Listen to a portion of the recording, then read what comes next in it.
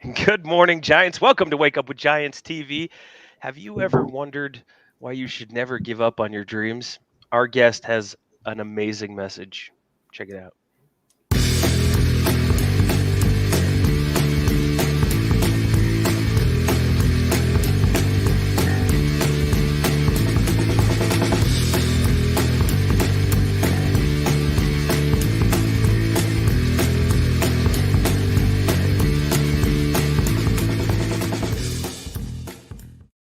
Good morning, Giants. Welcome to Wake Up with Giants TV. I'm Ryan Morris, and as always, I'm here with your host, Nicholas T. Smith, the Gentle Giant, the MG.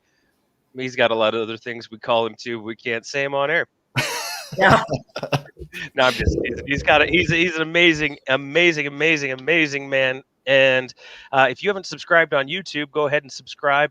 Hit the alert button so that you know when we go live, so that you can see all of our content. If you're on Facebook, go to a Tribe of Giants. That's a Tribe of Giants where there's an amazing support group, 4,000 people. It's running on the ticker down below. And Ticker. there's some amazing Giants popping on this live, because that's what we do as Giants. We go and support each other wherever we're at. And so I'm excited to dive into a story of Lori Parks. This is episode 100. 100. Can you freaking believe it? Like, that's amazing. I did a little bit of a live just before I came on. That's why I was late, Lori and Nick. So I apologize getting on a little bit late to kind of our pregame party. But it was because I was talking to the tribe about how it was episode 100 and how grateful I am for all of the support, the love. That's a lot of weeks. That's a lot of weeks of showing up. And that's somebody asked me last night. I went to John Absey's house. He was the Utah Jazz Bear, and hung out with John Absey and two-time Olympic medalist Derek Parra, and some other amazing people were there, and just sitting there around a fire, watching some football, just hanging out. And somebody asks me, John goes, dude, how many things do you do? Like, how many times do you go live? Like, how many shows do you have? And I'm like, 3, 4, 5, 6. Well, we used to have 6, went down to 4, 5. I don't know. And because we come on a fair amount, we got a radio show, thanks to some other amazing Canadian, Melissa Ross.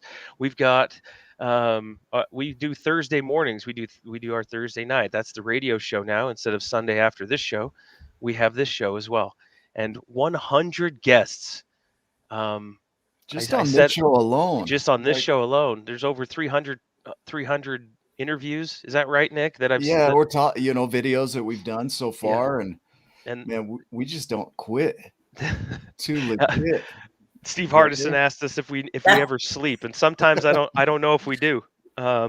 You guys are Fingers don't constantly work.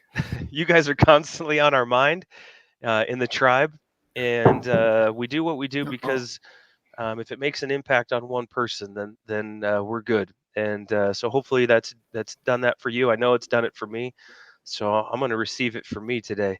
That showing up has made me who I am, and I'm exactly right on time. And I know these other two Giants on this call are exactly where they're supposed to be as well. And I'm so grateful for them. Love it. I'm so honored to be here on the 100th episode. Oh my goodness. Well, this is going to be good. We were talking to Lori before the show, and I said something about how energy can impact the technology, and she's like, Nick, I'm covered in so many damn oils.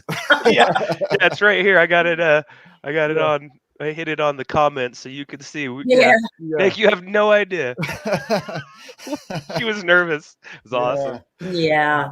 Here's as we dive into this, our mission with these videos is to have you wake up to your power, because that's what every episode is to have you connect with people who are similar to you, completely different from you, but we're the same in so many ways. We're different in so many ways. It's just, these shows, you're going to connect with some people and not with others, but it doesn't matter. Watch them all, because in each of them, there are nuggets, like powerful things that we've learned along the way that we didn't know before. One of those was the power of grief in the creative process, and so in your episode, Lori, we have no idea what we're going to learn today. We haven't talked about this. This is all from the cuff, from the hip. And I wanted to speak, as I dive into your bio a little bit, the power of words. If you don't think words are powerful, wait till you see how words impacted Lori for a good chance of her life, or a good portion of her life. So you're from Ontario. You were diagnosed at a young age with a disability, and you said that those simple words, 5 words, had a power to impact the trajectory of your life, where you felt like you weren't worth anything more than mediocrity. And Yes. those were, you have a learning disability. Mm-hmm. And so, after I'd go through your entire bio. I'm going to have people go back and read it here. But you spent most of your life living in a space of mediocrity, feeling like I'm not worthy of more. I have a disability, really living into that. Somebody else's words impacted you until last year. You published your first book at 59 years old. And this is where the power comes in. Never give up on your dreams. Yes. And so I want to dive back into your story. So instead of us sharing it in the bio here, we're going to go back in time with you. Like, what was it like growing up? Okay. Okay. Do you need some more oils? Yes. Yes. You know what? I had a beautiful childhood. I grew up in the suburbs of Toronto in a beautiful little house, 2 parents. My mom was a stay-at-home mom. My dad was a pharmacist, owned his own business. Outside our back gate, there was just miles and miles of green space. I just spent my childhood down in the woods and the creek. I mean, you went out when the street, in the morning, came home when the street lights came on. Our house was filled with music. And I think the greatest gift my parents gave me was faith in God. We were raised in the church. And honestly, that was the greatest gift to me. It's been that faith that was instilled in me as a child that's got me through everything I've been through in my life.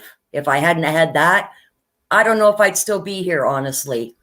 But things weren't so picture perfect inside the walls. I struggle with what to share here, but I love my parents so much.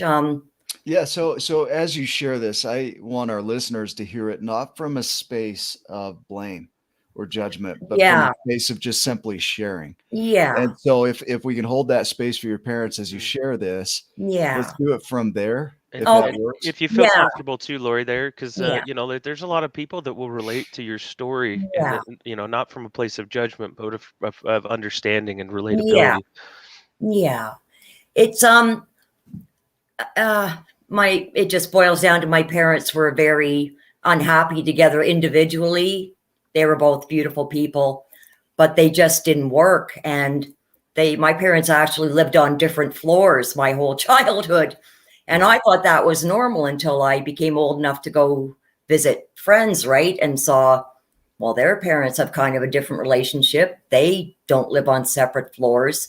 There was a lot of tension and daggers being thrown, and they just weren't happy together. But my dad was a devout Catholic, and he believed you stayed together for the kids, right? You didn't get divorced. Yeah. So it was always kind of being on edge. And that left me with a very skewed idea of what love is. When I started entering into relationships, I thought love was tension, chaos, pain, disrespect. And so I was in some very, very unhealthy relationships most of my life, because that's what I thought love was, right? Yeah. And so I stayed because I saw my parents stay together. And I thought that's what you did. No matter how you're treated, you stay and you keep going, right? So I had some very difficult relationships. And I think the other thing that really affected me was my parents grew up in a generation where you don't talk about your feelings, your emotions, you keep things to yourself, right? So not being able to express myself, I turned the pain inward. I developed an eating disorder at a very young age. When you feel like everything's out of control in your world, eating. I could control food. I could control what I was putting into my body or not putting into my body, right? So yeah, and I began drinking at 14, just trying to numb.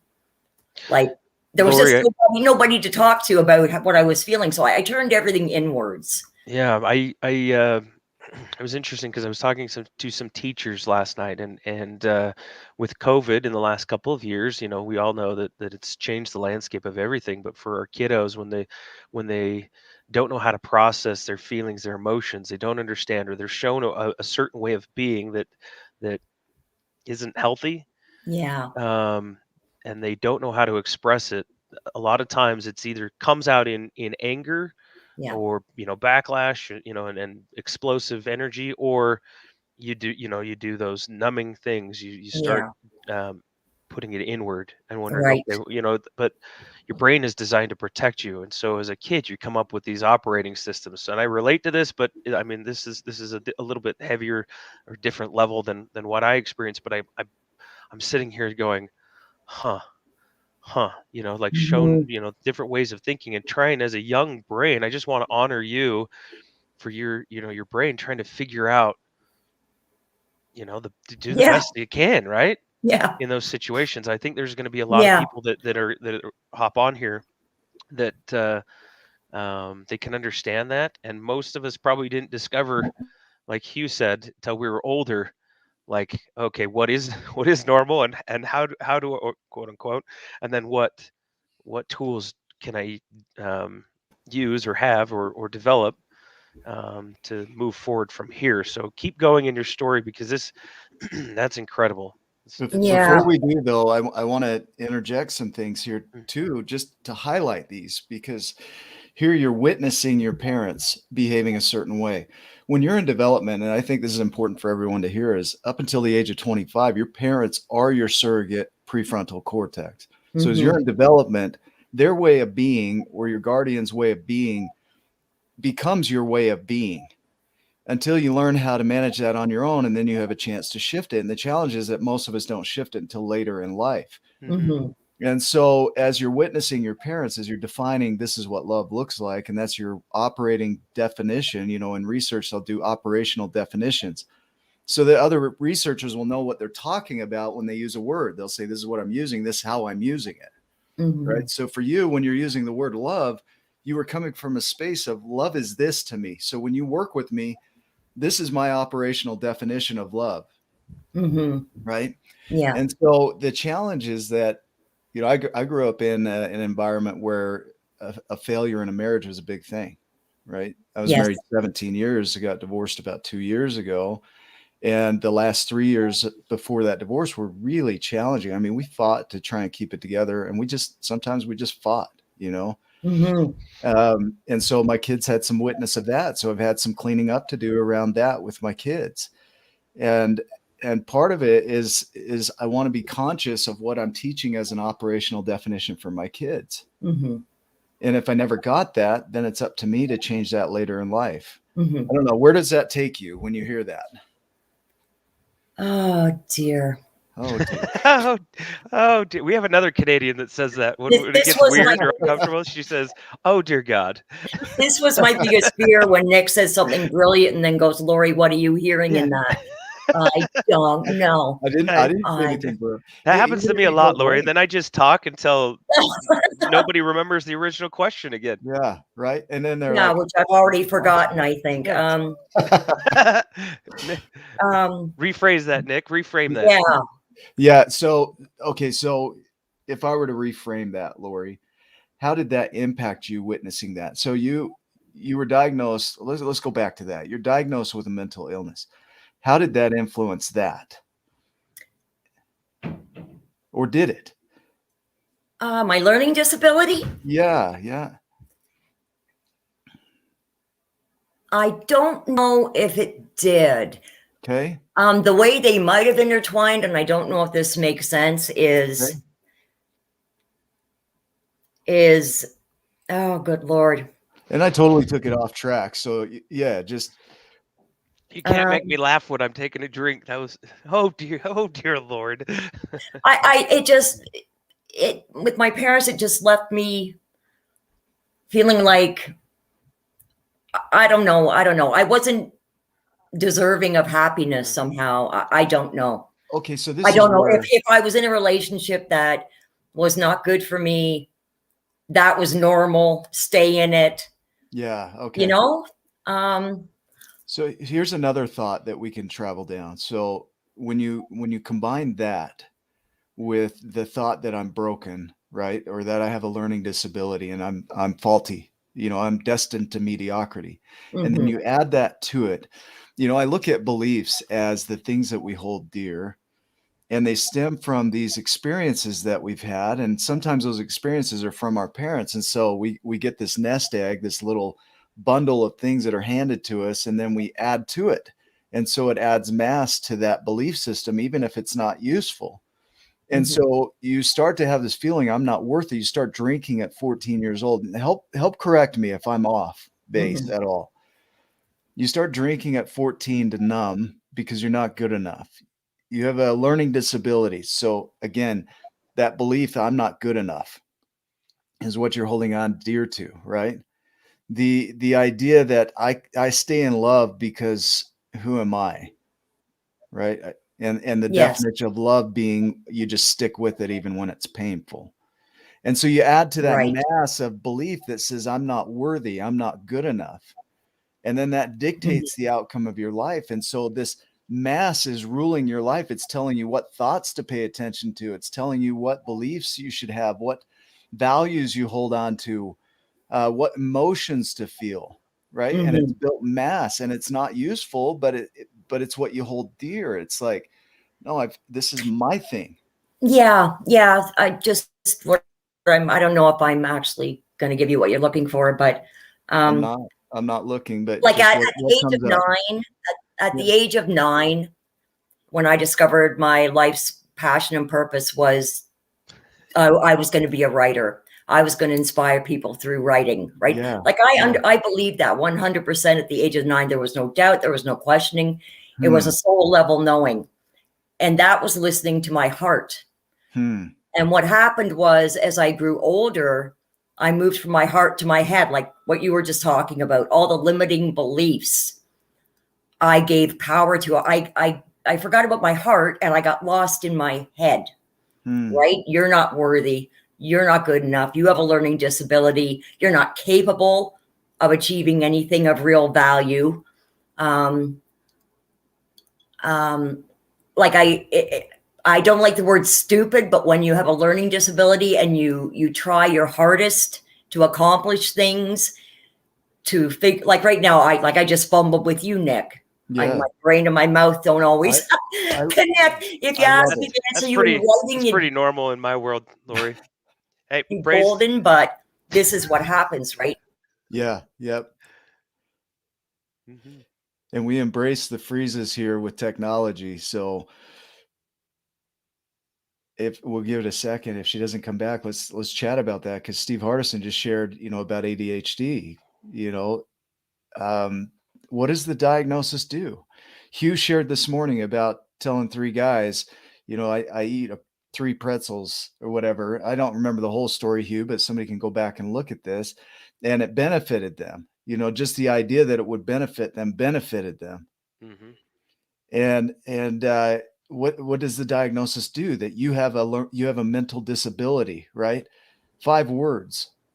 You are mentally disabled, or whatever it is, right? 5 words Yeah, I lost you can for about a impact it. minute there, Nick. Oh dear. You're It good. You're was it good. was We're it was continuing. So amazing. You Yeah, should have been there, yeah. Lori. Like, holy cow. When I'm not talking, I'm brilliant, right? Yeah. Yeah. No, no.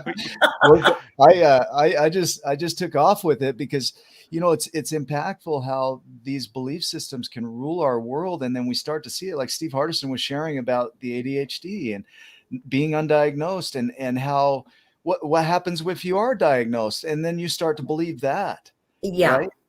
Well, It's that's the thing. I struggled.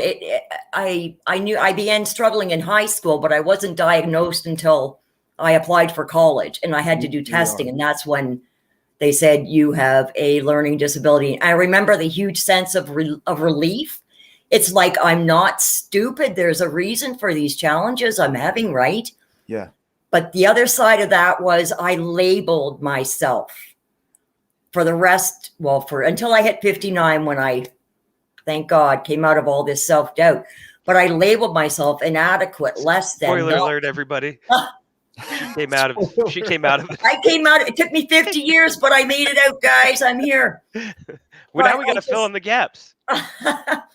But yeah, I just put myself in a box. I forgot about all the strengths I had and the beautiful qualities I had. It's like, you are learning disabled. You will never achieve anything of value. You know, all the mistakes I made, like drinking, you know, in my teens, I was just lost for 10 years. I gave birth to my children in my early 20s. I raised them as a single mom.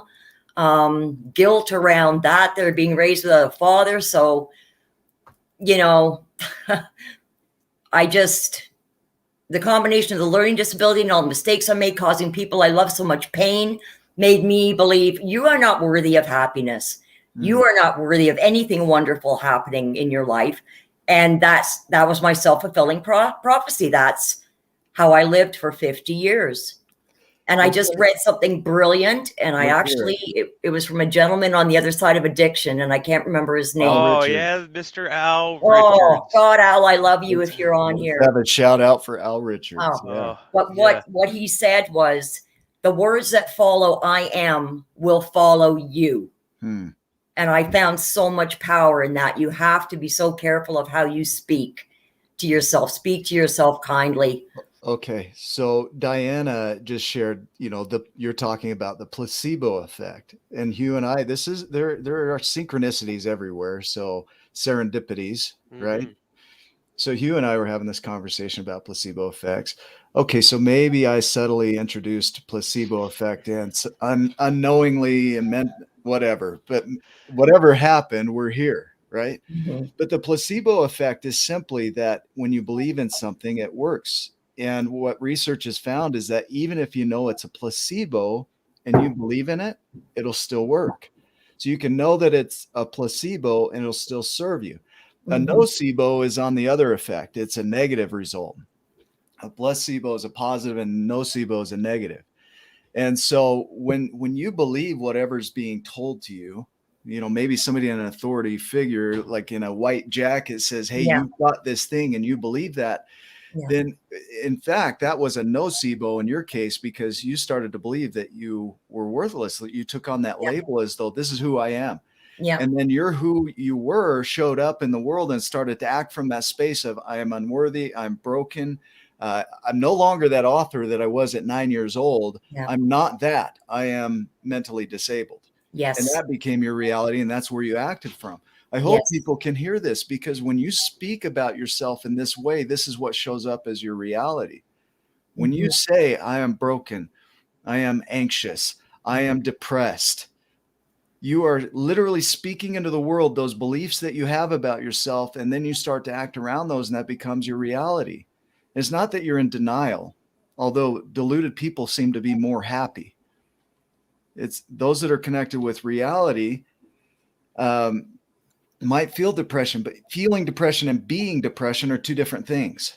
Isn't that interesting? And that for me, Nick, the I don't know, the saddest part of all of it, this 50-year spiral I was in, was that I had everything I needed at 9 to make my dreams come true, to live my passion and purpose. I won my first writing award at 12, right? Wow.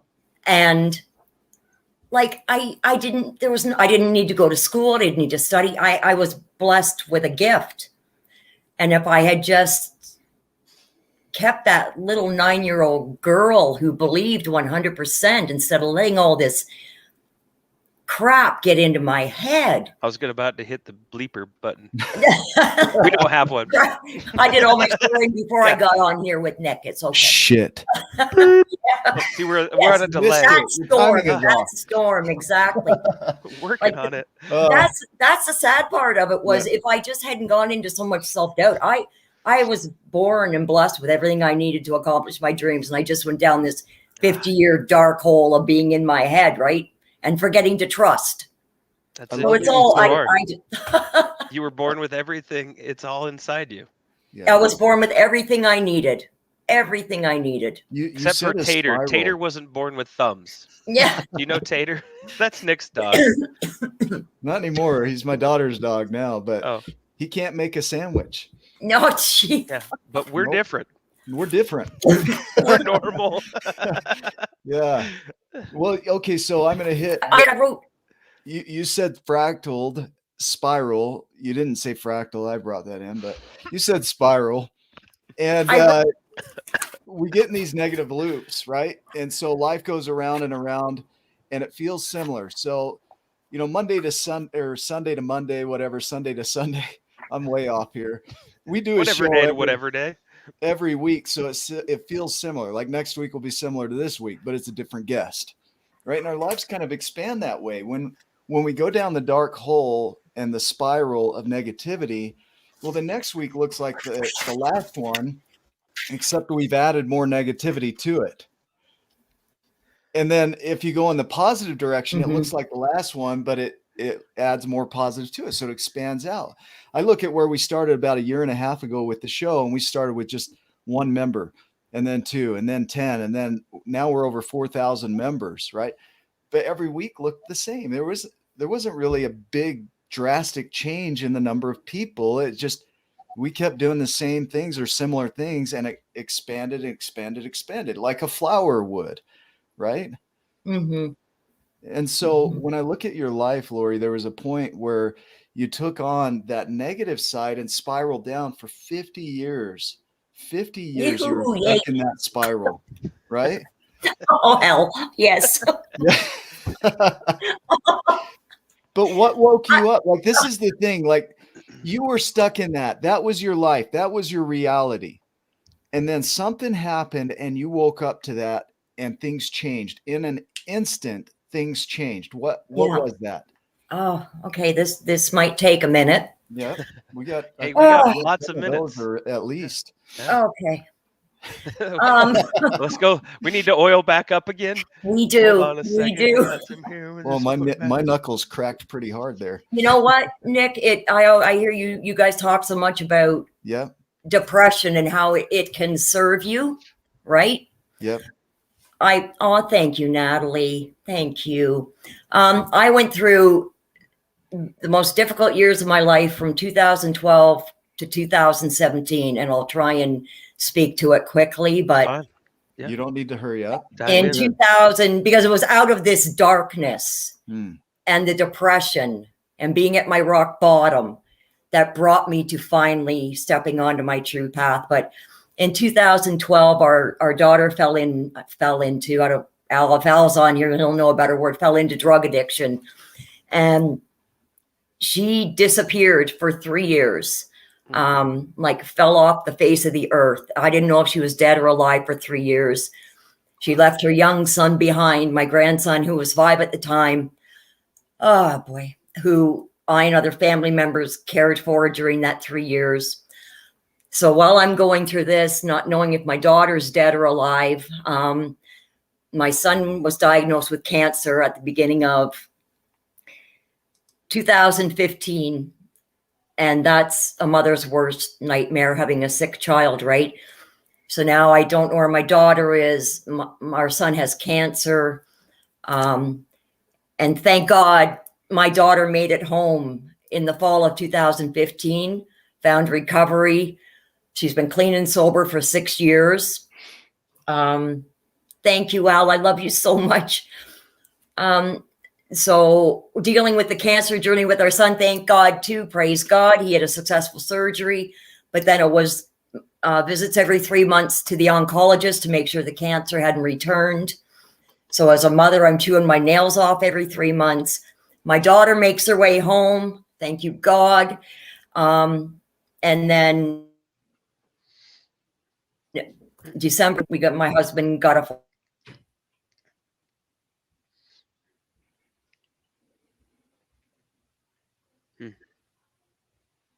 Yeah, that silence, pretty relevant, right? Yeah. In the comments, who can relate, right? Who has been in darkness that is so dark that it just seems insurpassable, like there's insurmountable, right? Like, We talked about the hard that comes up. Sometimes we sit there and we talk about all the things that are, like that you can do to make your life better and this, and that, and the other. And sometimes there's just not. Sometimes it's just stuff that happens that it's just Yeah. it's And it it's doesn't feel it's like it's ever going to end, it's right? the worst. Yeah. Cancer, like that's something that's near and dear to my heart. Something um, that I've put a lot of creation into to help others in that. I can't imagine having a daughter, losing a daughter, whether it's to death or a son or if anybody. Um, it's the it's never easy. It's a hard thing. And so I can relate to that. I had once come across my table for the Tyler Robinson Foundation. We've talked about this, Nick, before, but with pediatric cancer Yeah. for kids, and the opportunity to create something around that, because I don't like to see people suffer. Especially kids. Like that's, mm-mm. And so I was able to help create the band Imagine Dragons have a charity called the Tyler Robinson Foundation, and the Imagine Dragons has won 5 Grammys. I mean, they're pretty big now. Back in the day, they weren't as big, but they were growing pretty quickly. And but they didn't have a charity event. They didn't have anything set up. They had a charity, but they didn't have a gala. And I had the opportunity to dive into creation because of um, my um, kind of my love of kids and not wanting to see families and them struggle, and we created the Tyler Robinson Foundation Gala. It's okay, Lori. I'm so Uh, sorry. just one second. I'm just finishing up a story, and then I'll bring you in. But inside of that, inside of seeing some of the darkest moments in people's lives, we were able to create this gala that this last year raised $2.3 million. The year they didn't do it during COVID, but I think it was their 5th year that I got to go to. They raised $3.2 million for cancer, for kids with cancer and their families. So that's this kind of a story really touches my heart. So Lori, keep diving in and tell. We I'm left so off sorry, where guys. It where we keeps, We're lost not. you was you were We're starting to not. talk about your husband inside yeah, of that it as keeps well. telling me I'm not connected. I'm so sorry. I don't know what's happening. It's Well, okay. I think you're deeply connected. Oh, Like, thank yeah, you. I yeah, love you guys so much. Anyway, I think it was that where we got a phone call saying our daughter had passed away in her sleep. She'd been complaining of, she lived with her mother. We're a blended family. I was her stepmother. She'd been complaining of terrible headaches, and she had, we found out she had MS, and she had a seizure in her sleep and passed away. So from the end of 2015 to 2017, it was really trying to heal from our daughter's loss. We're still on the cancer journey with our son. And then I got a knock on my door October 1st, 2017, telling me my brother had taken his life. So I was just slammed, just slammed for 5 years, right? So, I spent a lot of time angry at God, just like, what did I do to deserve this much pain? Like, how much pain do you think one person can handle? Like, I went back into what did I do? Why am I being punished? Like, and going into my head, I must have done something terribly wrong, must be a terrible person. I know God isn't a punishing God, so I know it just is what it is, right? So from my brother's passing in beginning or October 2017 to the spring of 2019, that was my dark night of the soul. Like, I was just absolutely lost. I think I spent 75% of that time in bed. I didn't open my bedroom curtains for a year and a half. I was in so much pain. I didn't know what to do with it.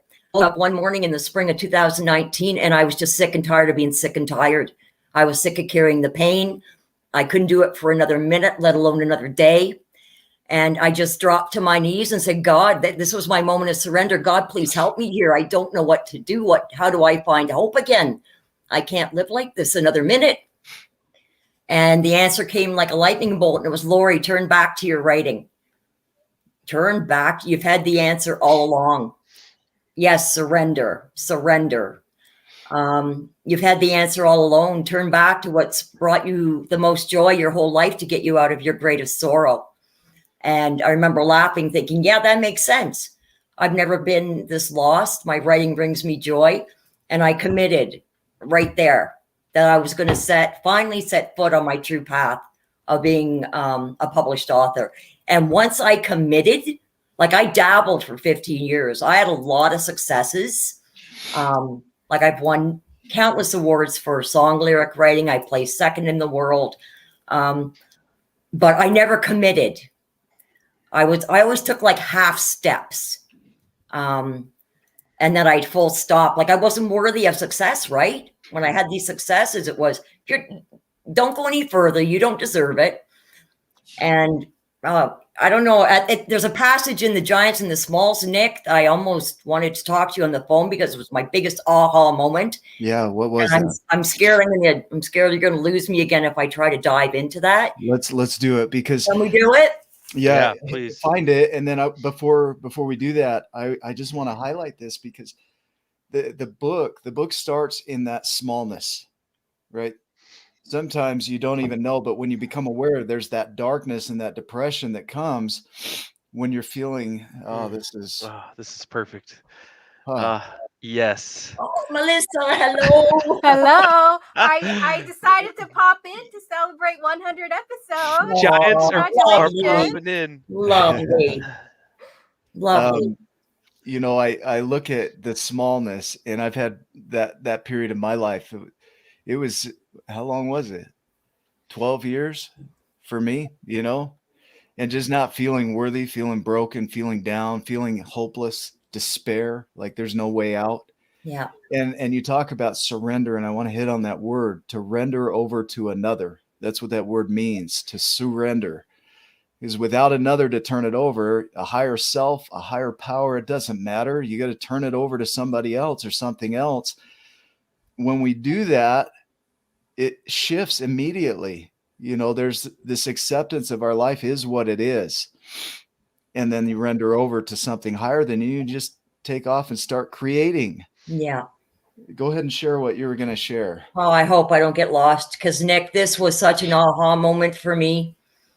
Like I said, I was always, it wasn't that my soul wouldn't allow me to not try at all. I had little successes along the way with my writing. But then, like I said, you're not worthy of, these are a mistake. Someone made a mistake. You don't deserve this.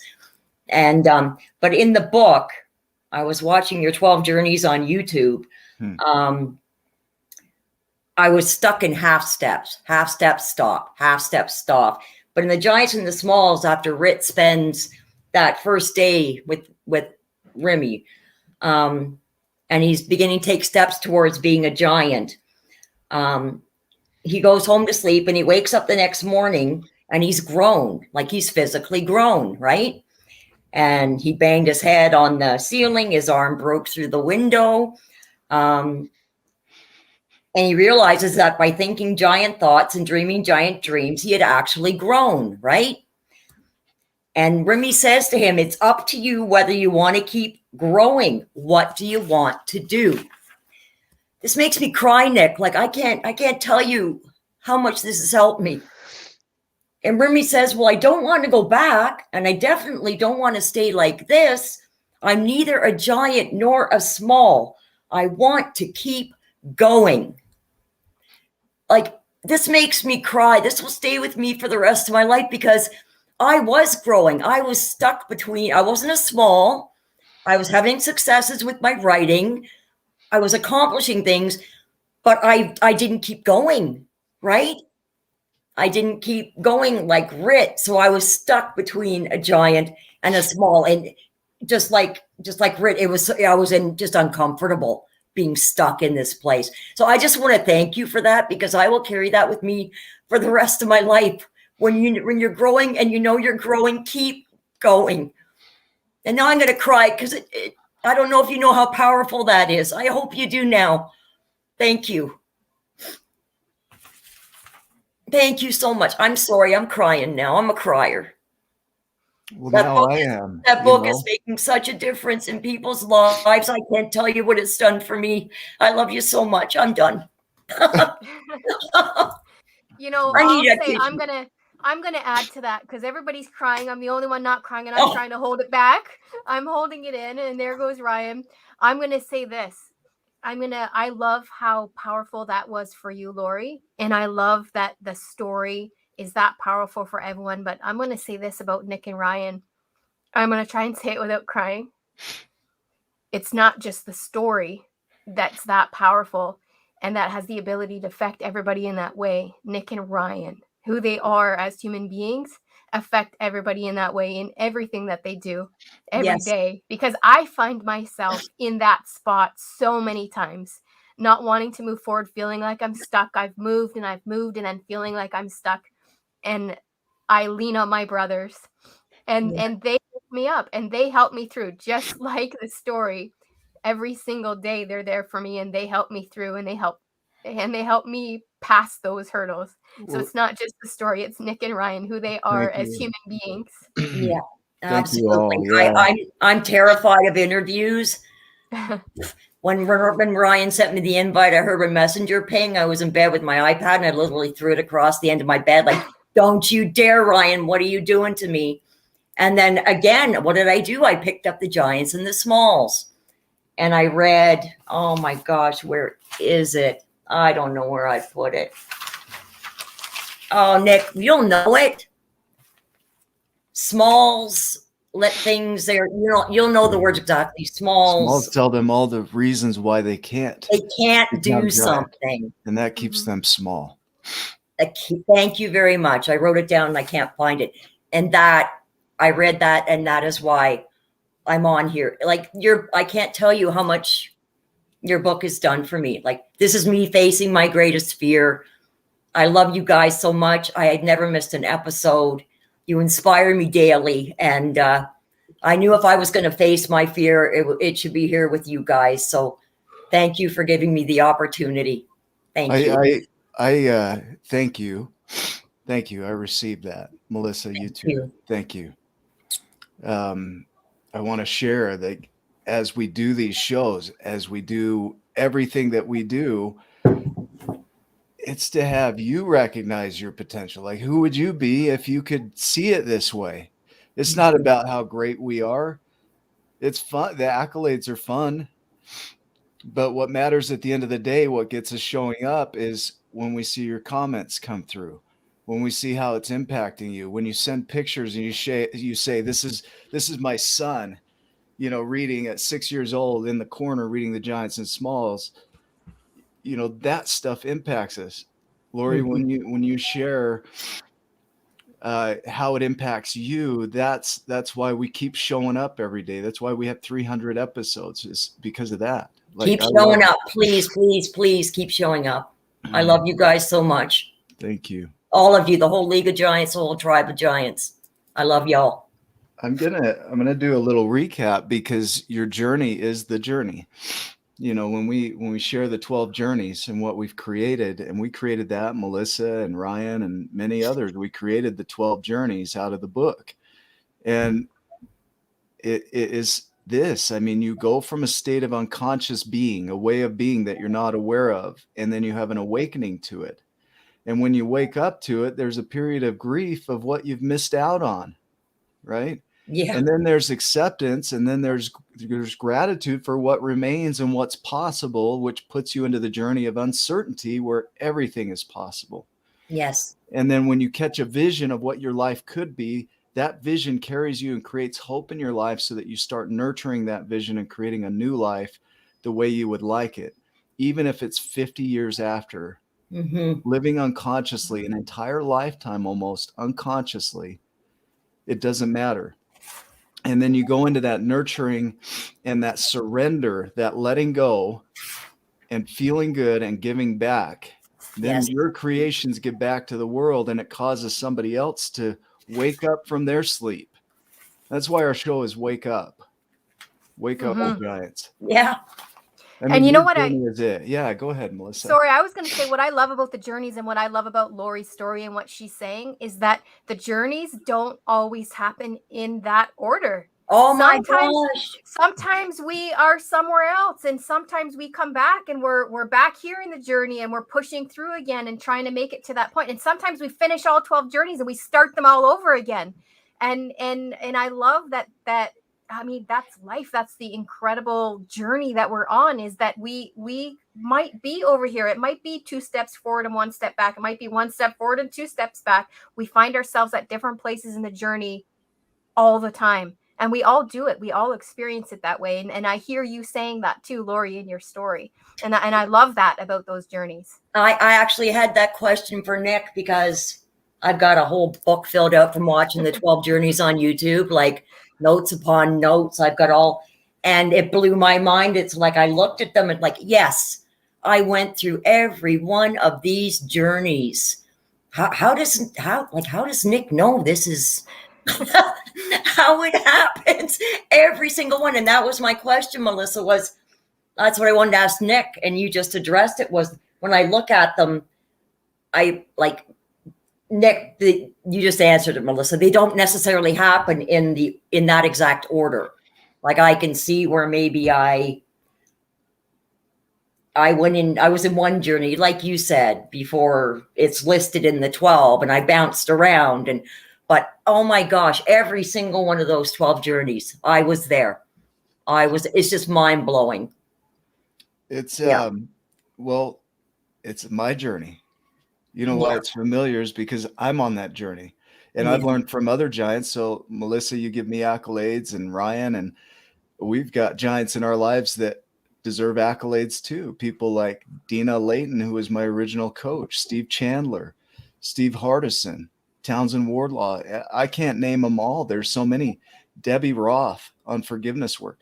I mean, all of these come together to create just a bigger vision. And no matter how big I get in my world, I'm always small somewhere. Mm-hmm.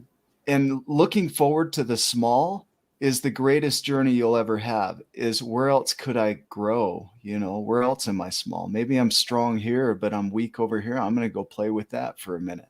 Mm-hmm. That's the journey. Mm-hmm. It's not like not one and done and oh, I made it. Yeah. No, it's like I want to see all of the places where I'm playing small. Yeah.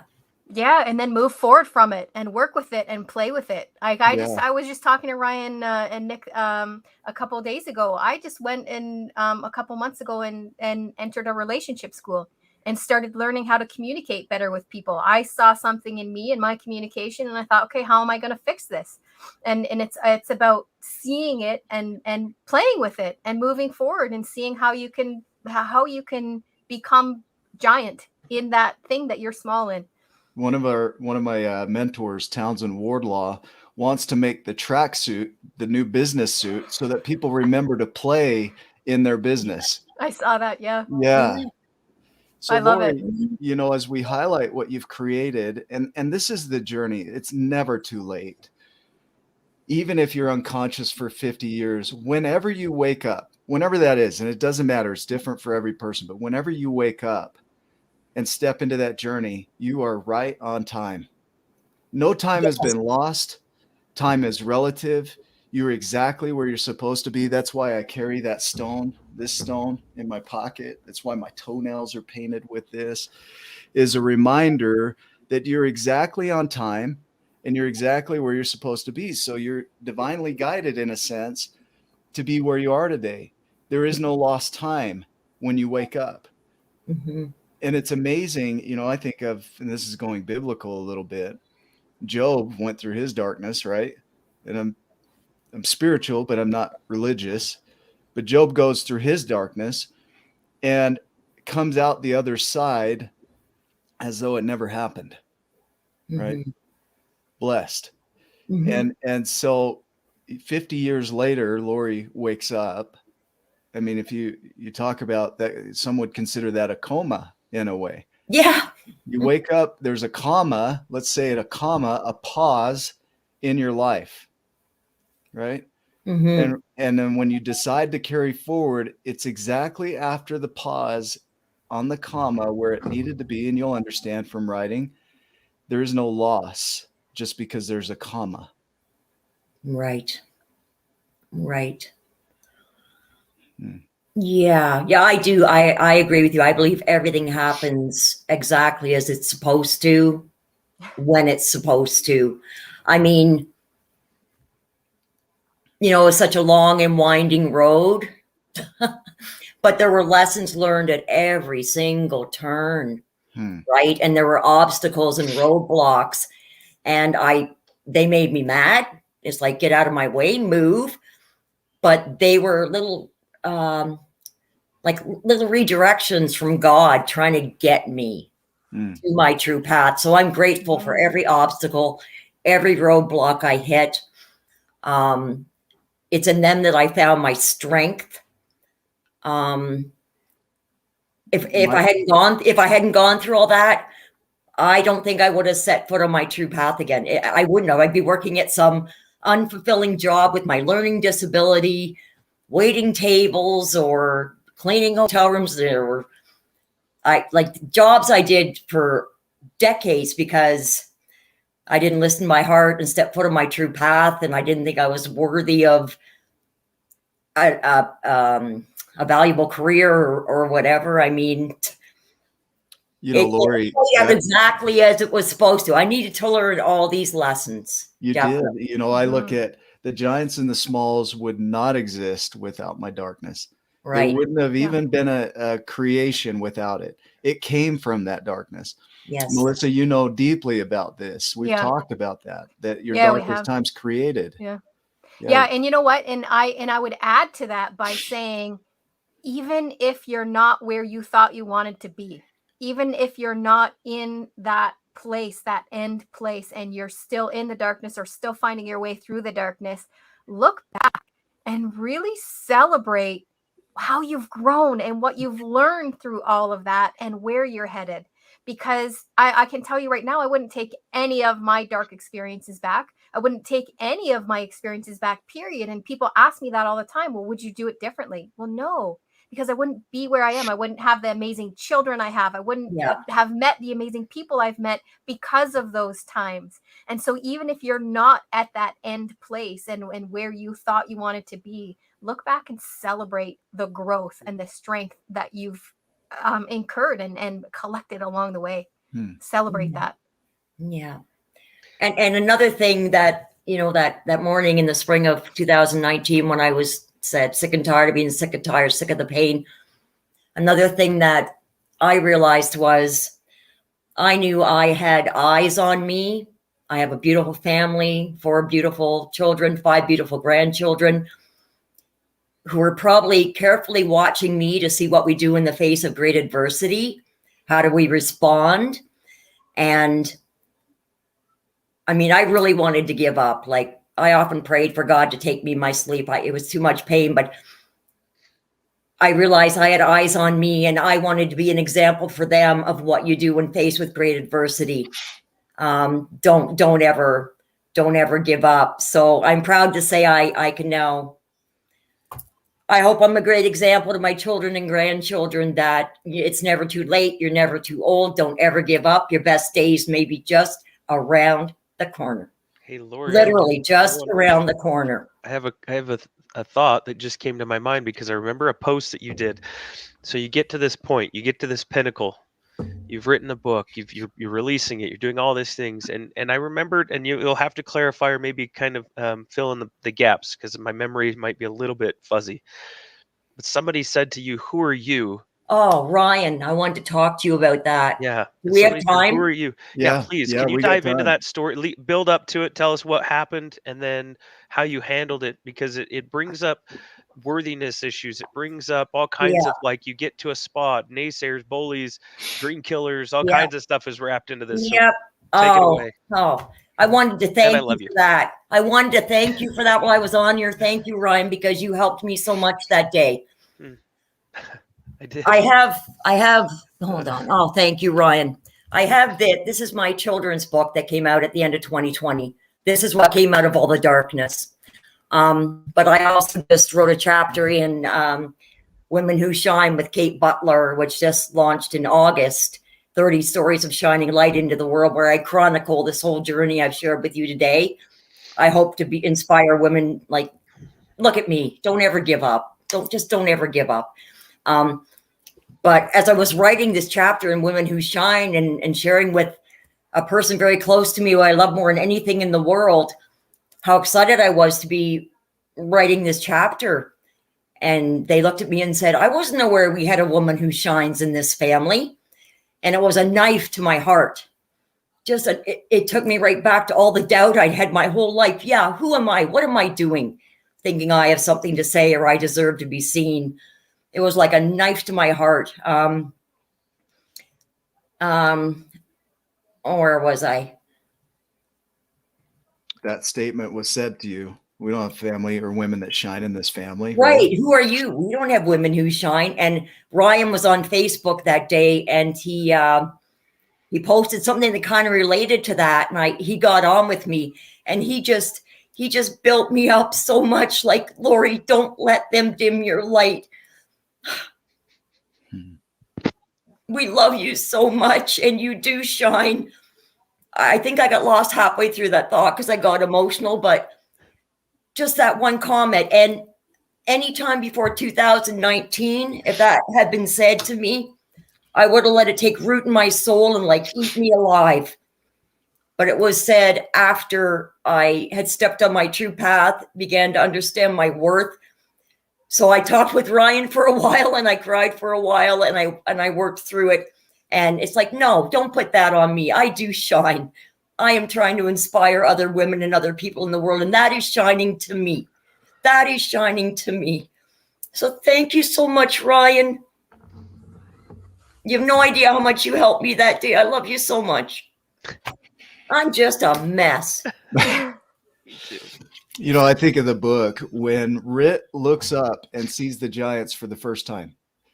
They've been there, but he finally looks up and sees them. And the clock says 5:55 on it. I have the image right here. Let me see if I could show you. I don't know if you can see that. This is a steel artwork that my brother did.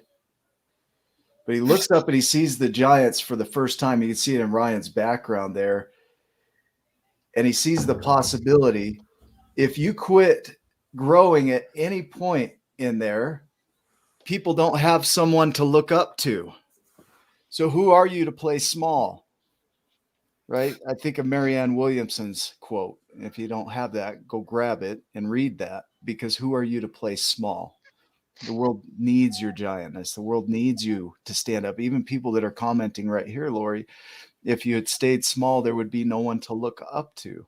And it's not a shaming thing. It's just a realization that your playing giant allows others to see that in themselves. Oh, and that's simply all we're doing, you know? Mm-hmm. Mm-hmm. Thank you. You're welcome. Should have had a box of Kleenex. I know, me too. I didn't bring any. I'm about ready to start doing this. Yeah. Go back to childhood. Nick and Ryan do that all the time. It's okay. Yeah. Yeah. I just like to blow my nose hard in my shirt. I don't see how people can handle a handkerchief. I have a hard time with that in their pocket after they blow their nose in it. Okay. No, okay, I'm not judging. But I am. No.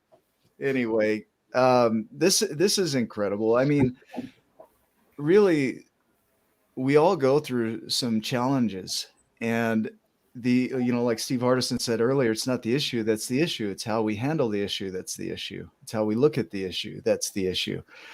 And so really looking at it as an opportunity for growth is that space where you're going to create your ability. It's exactly where you're feeling small.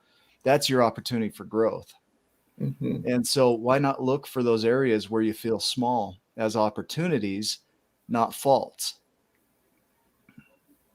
I love it. I'm glad, Melissa, I'm so glad you jumped on. Like, me too. Thank you. Ryan, yeah, go ahead. I was just going to say, I wouldn't have missed this episode. Yeah. Not at all. I had no power this morning. So I was rushing to try and get on. Yeah. But we're here now. It's beautiful. Other thoughts, Ryan? You have thoughts? I mean, this is just inside of me. Sometimes I question myself and the impact that I have, and my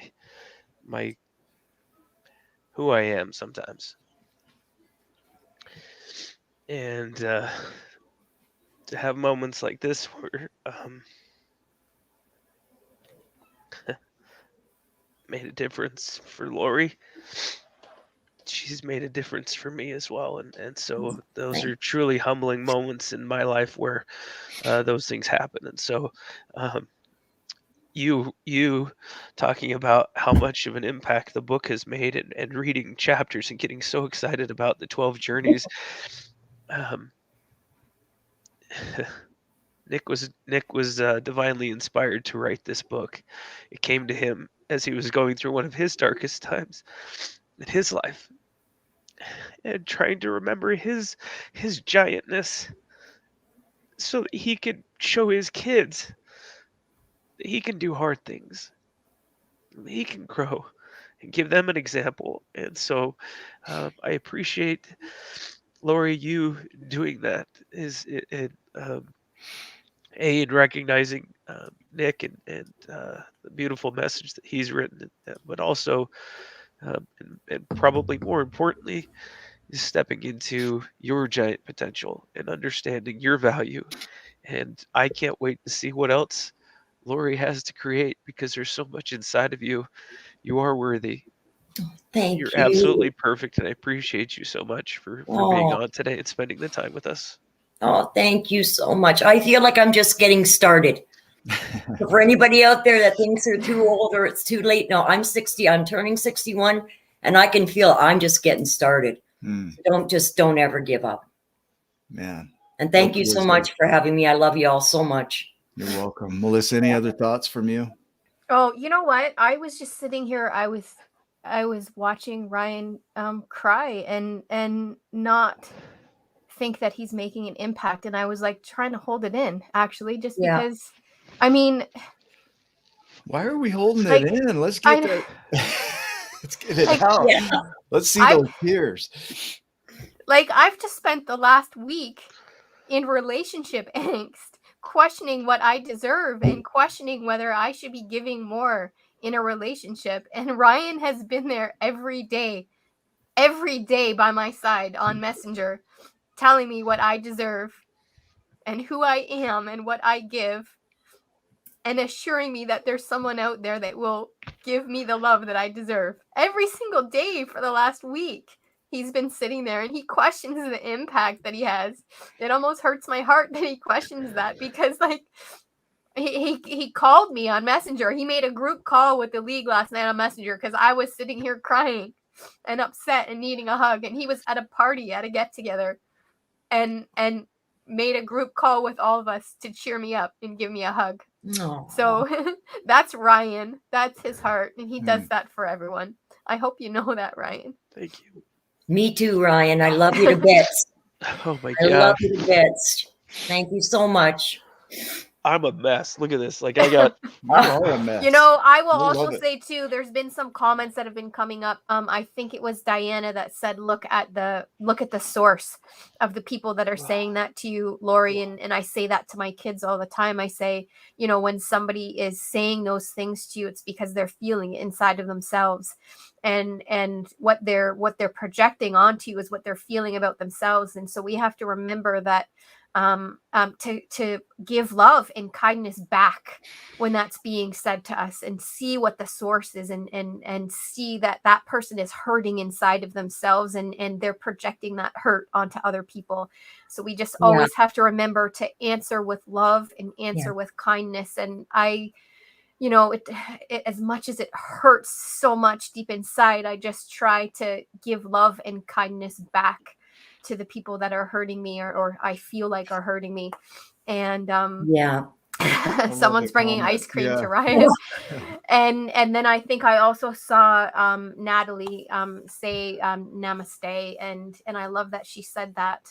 She said the light in me sees the light in you, and I finish every one of my kids' yoga classes with namaste, and I always say namaste, I feel good in every way. The goodness in me sees the goodness in all of you.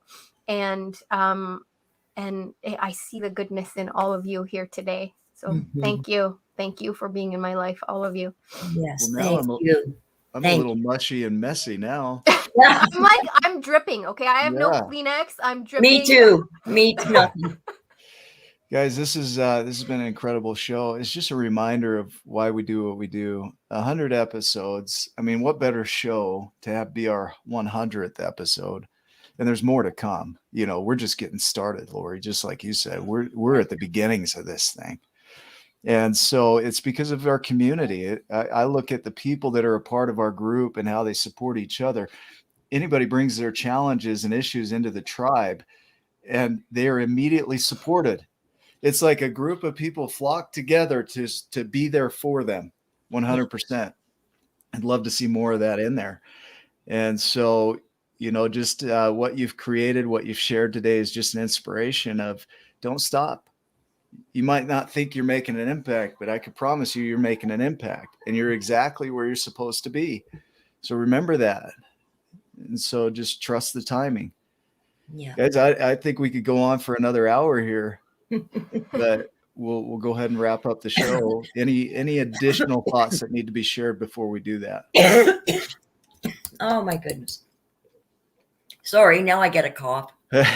You're good. Like I said, I just want to thank you all it's an honor to be here. I've seen every episode. I watch. I am in this tribe daily. I am inspired daily. I've had a bit of a rough year with my mom being ill, being away from home, caring for her. And it's this tribe that has kept me going and inspired me, and just with such positivity. So you've made such a difference in my life. It's hard to put into words. It really is.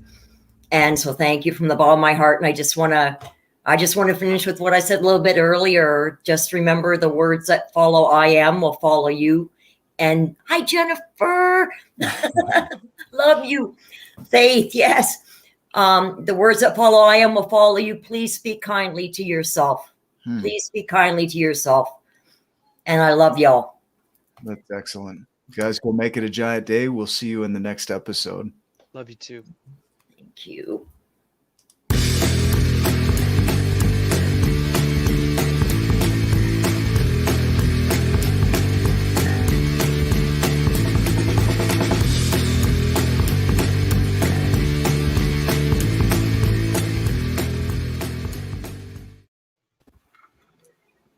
And we're in the after show.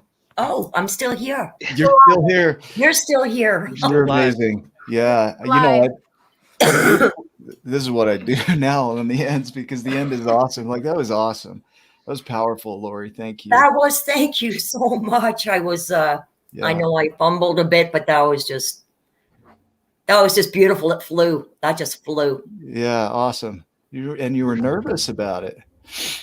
Yeah, I got lost a couple of times, but I think I got my main points out, I think. So I just hope to inspire somebody. That's what it's all about, right? If I did that, then it's all good. I did my makeup for you guys, and I just cried it all off. Oh, I know. Like this, I need a hazmat team for whatever's happening here. Oh, Ryan, I love you. Ew. I love you. Ew. What? Ew. I don't know. It's you know what? I would rather clean up that mess than clean up a handkerchief. I'm sorry. I was like, ew. Yeah. Oh dear God. That's what my children do to me in church. They ask me for a Kleenex, they blow their nose, and then they hand it back to me. And I'm like, ew. I don't want that. I love do Alex. something with it. No handkerchiefs. Ew. If anybody wants a souvenir. and our viewers that are watching, autograph it, Ryan. Autograph it. I could too. Yeah, we'll just sign one. Don't send it to me. But this one's that's my personal experience anyway. But we probably have viewers that have handkerchiefs, and we love you too. So just don't quit just because of the handkerchief. We love you. No, not at all. It just personally grosses me out. I accept everybody. It just personally grosses me out. That's all. We're handkerchief shaming. Funny. Yeah. Well, guys, thank you. Yeah, all of you. Melissa, I'm glad you jumped on. Thank you. Me too. Awesome. Me too. 100%. What's the weather like where you are, Melissa? Is it snowing yet? It is not a dirty word. Don't I say know. that I know, word. I'm like, It is Yeah. not. No, it's not snowing here. It's sunny but cold, but it's not snowing yet. I'm hoping that it's gonna hold off a little longer. Yeah. Yeah, me too. Yeah. Me too. Oh, Well, guys, I love you. I owe my daughter a walk, but I Oh, love the after show as much as I love the show. I just want you all to know that I appreciate you. So thank loving you. you all. and I appreciate each and every one of you. Thank you so much. Have a giant day. we will. You too. Yes, you too. Yeah. Bye, We'll guys. see you. Love you all. Bye bye. Love you.